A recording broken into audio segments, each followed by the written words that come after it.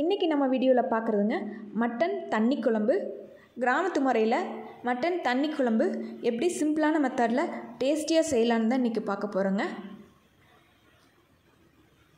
வாங்க இதுக்கு என்னென்ன தேவைன்னு பார்த்துடலாம். இது எப்படி செய்கிறதுன்னு பார்த்துடலாம். மட்டன் தண்ணி குழம்புக்காங்க 1 கிலோ மட்டன் எடுத்துருக்கேங்க. 1/4 கிலோ அளவு சின்ன வெங்காயம் எடுத்துருக்கேங்க. இப்போ மசால் வணக்கி அரைச்சிக்கலாங்க.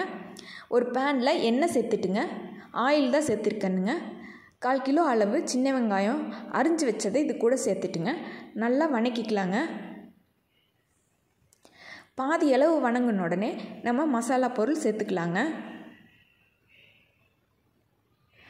1 இன்ச் பட்டை, 2 கிராம்பு, 1 ஏலக்காய் சேர்த்துருக்கேனுங்க.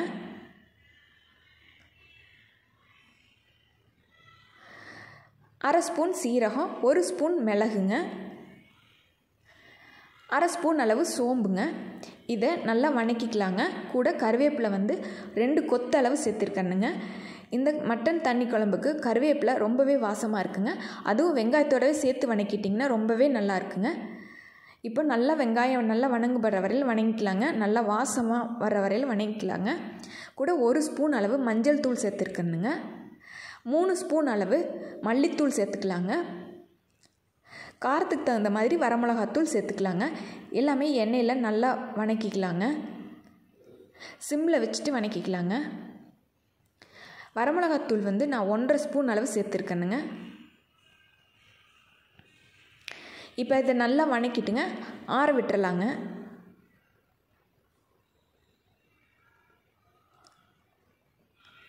ஆற விட்டுட்டுங்க நம்ம மிக்சியில் சேர்த்துட்டு இதை அரைச்சி எடுத்துக்கலாங்க. நல்ல பேஸ்ட் மாதிரி அரைச்சி எடுத்துக்கலாங்க. இது இருக்கட்டுங்க. இப்போ நம்ம குழம்ப தாளிச்சிடலாம்.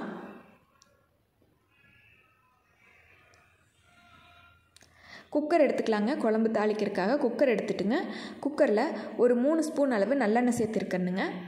நல்லெண்ணெய் சேர்த்துட்டுங்க. நல்லெண்ணெய் சூடான உடனே நம்ம தாளிக்கிறதுக்கு 1 இன்ச் பட்டைங்க, 2 கிராம்பு, 2 அன்னாசிப்பூ, மராட்டி முக்கு 1ங்க, ஏலக்காய் 1ங்க. இது எல்லாம் நல்லா பொரியிற வரை வெயிட் பண்ணலாங்க.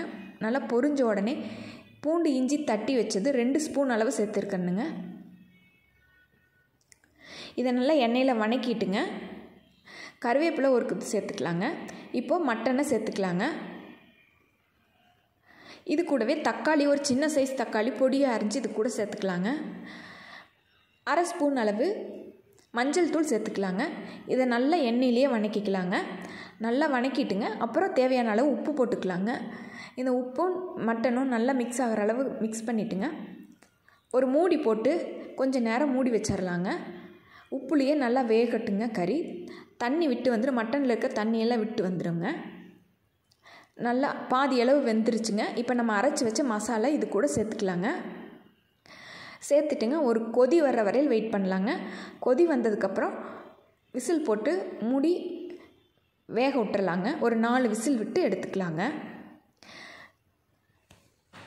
உப்பு பத்தலைன்னா டேஸ்ட் பண்ணி பார்த்துட்டு உப்பு சேர்த்துட்டுங்க. குக்கரில் விசில் போட்டு மூடி வேக விட்டுறலாங்க.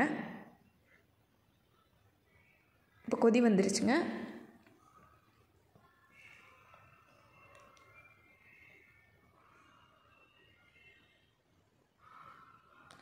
நல்லா வேக விட்டு எடுத்தாச்சுங்க.